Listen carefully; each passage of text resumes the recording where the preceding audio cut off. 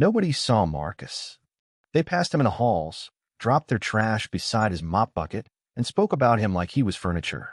If anyone did acknowledge him, it was with the kind of glance you'd give a vending machine that was out of order. But Marcus heard everything. He heard the gossip in the boardrooms when the doors didn't shut all the way. He heard the slurs whispered when executives thought nobody could hear. He saw the smirks, the side eyes, the way the CEO, Charles Whitman, avoided eye contact like looking at Marcus might dirty his tie. Marcus was the janitor for Whitman Tech, a flashy startup turned billion-dollar empire in downtown Chicago. The kind of place where glass walls meant transparency, at least until the lights were off and the real talk began. He'd been there 2 years. Nobody knew his last name, not even HR. But what they didn't know, what no one knew, was that Marcus wasn't just some janitor with scuffed shoes and a stitched-up backpack. He owned 7% of the company. Yeah, you heard that right. Marcus had invested in Whitman Tech back when it was just an idea scribbled on a napkin in a diner booth. Charles Whitman had come to him back in the day, desperate, broke, and looking for seed money.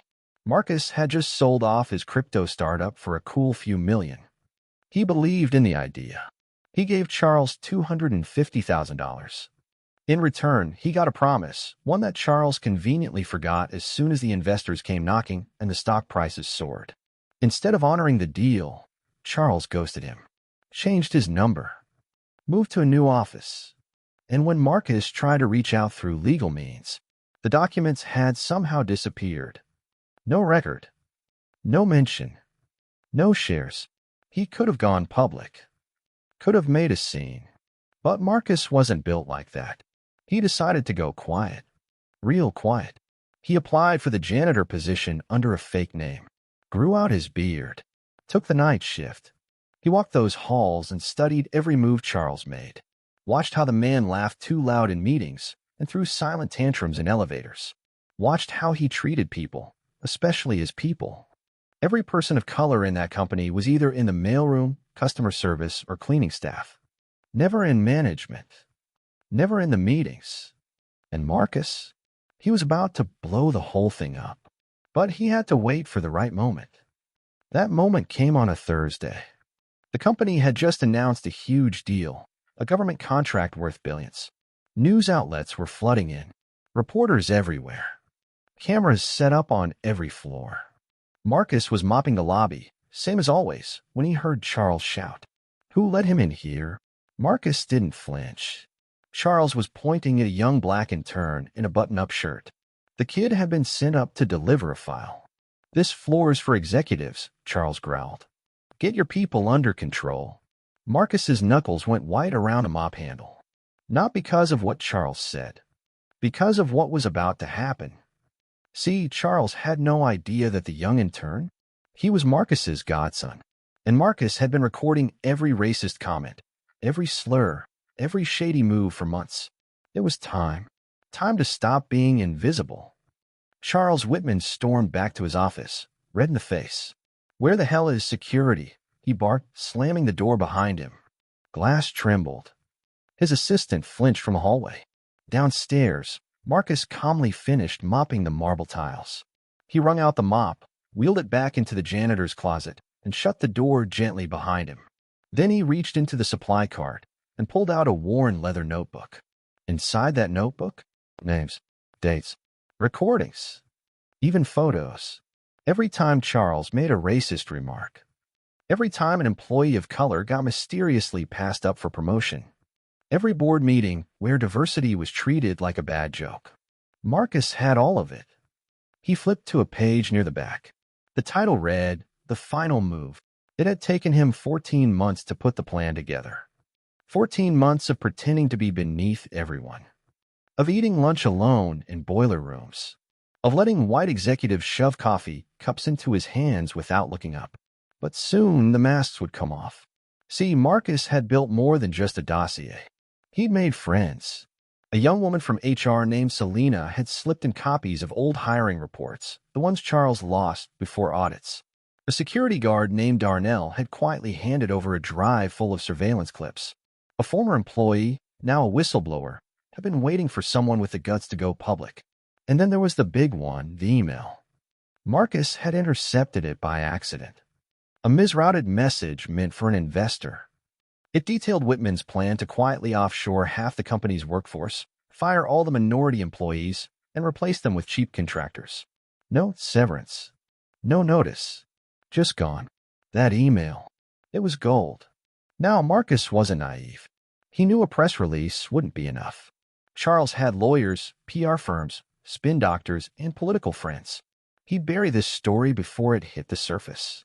That's why Marcus had gone deeper. He'd bought shares through proxies, shell LLCs, and friends until he held just over 7% of the company. Not enough to control it, but enough to demand a shareholder meeting. Enough to force a vote. But before any of that happened, he needed to make Charles see him. The next morning, Charles stepped into the elevator, coffee in hand, already barking orders into his Bluetooth headset. His assistant trailed behind, typing frantically on her tablet. As the doors closed, a voice spoke from behind him. "Morning, Mr. Whitman." Charles turned and blinked. "Do I know you?" Marcus smiled. Clean-shaven now, wearing a charcoal gray suit, tie sharp, shoes polished. He didn't look like a janitor anymore. Charles squinted. "Wait, you're Marcus," he said. "Marcus King." There was a flicker in Charles's eyes. Recognition, then panic. But Marcus didn't flinch. "I just scheduled a shareholders meeting," he said, tapping his phone. "You'll see the invite in your inbox. I suggest you attend." Charles laughed, but it sounded like a cough. "I don't know what kind of scam you're running, but you need to get the hell off this floor." "Oh, I'm not going anywhere," Marcus said softly. "But you are." Back in his office, Charles Whitman sat down hard in his chair. The email was real. The calendar invite was real. The lawyer on the phone confirmed it. Marcus King was now the 7th largest shareholder in the company. And he'd called for a formal investigation into racial discrimination and corporate fraud. Charles's hand trembled as he clicked through the documents. How the hell had a janitor pulled this off? What he didn't know, what he couldn't know, was that Marcus had just played the first card in a much bigger hand. And the last one, that would destroy everything. The shareholders' meeting was scheduled for 10 a.m. sharp in the executive conference room, a sleek, high-ceilinged space with floor-to-ceiling windows and a view of the skyline. At 9:57, Charles Whitman still hadn't shown up. But Marcus had. He stood at the end of the long, polished table in the same gray suit, calm, unshaken. In front of him sat a thin laptop and a single black folder labeled Truth. Around the table sat the rest of the company's major shareholders, board members, early investors, 2 venture capital reps, and 1 lawyer on Zoom. None of them recognized Marcus. Yet, at 10:03, Charles finally burst into the room, red-faced and sweating, flanked by 2 attorneys and his VP of Public Relations, who looked like she hadn't slept in 2 nights. He didn't sit down. He stood at the head of the table, slapping his hand against the wood like he owned it. "I want this on the record," Charles growled. "This man is not who he claims to be.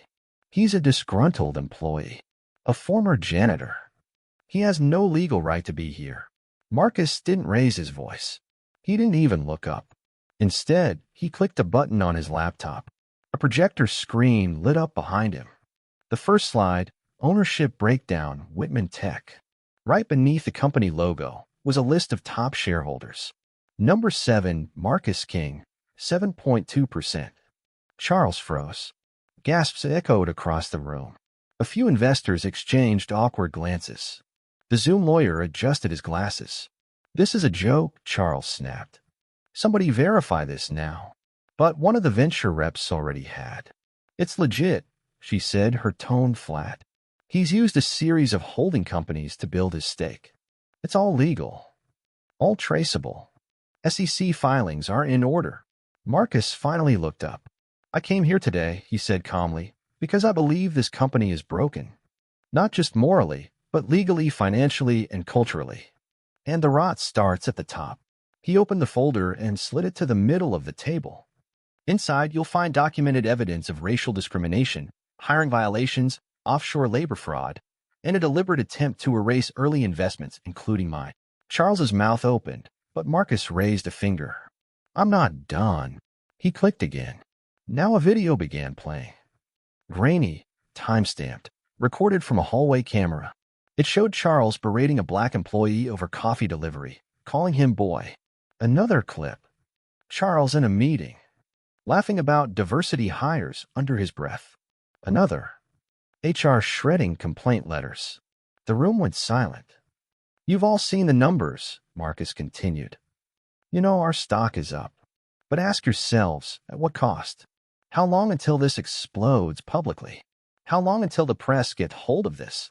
Charles turned to his lawyer, whispering furiously. Too late. Marcus clicked once more. An email draft popped up on screen, addressed to every major media outlet in the country. With attachments, video files, legal documents, employee testimonials.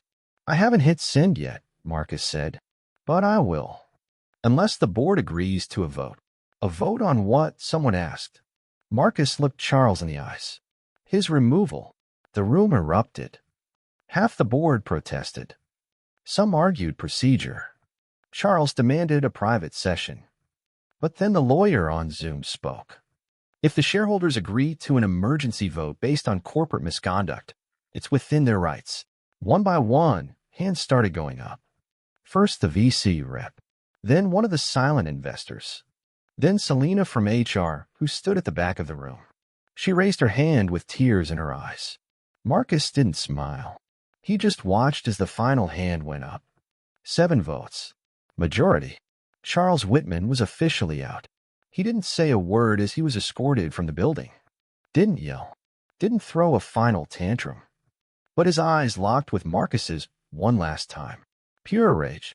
Like a man who just realized the janitor he used to ignore had built a smarter empire in silence. And the worst part? It wasn't over yet. Because Marcus had one more move left. One final piece. And this one, it would hurt the most.